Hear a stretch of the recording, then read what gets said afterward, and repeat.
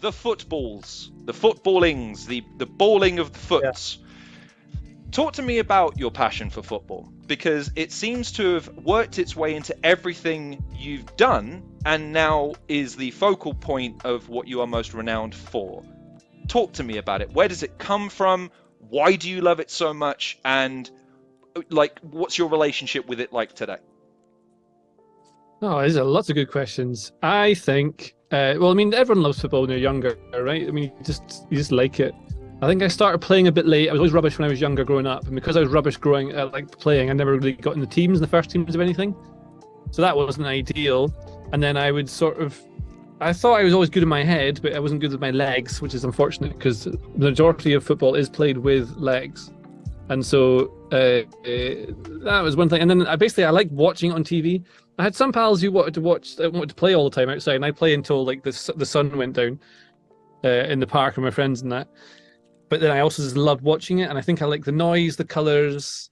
Like blue versus red is the best on a like a bright green, like a deep contrasty green pitch with all the noise and the stuff, and then the melody of the commentators coming up, and then things happen that are exciting that shouldn't happen.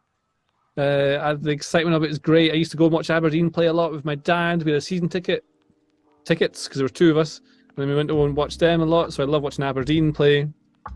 I was just obsessed with it, and then the video games definitely helped as well.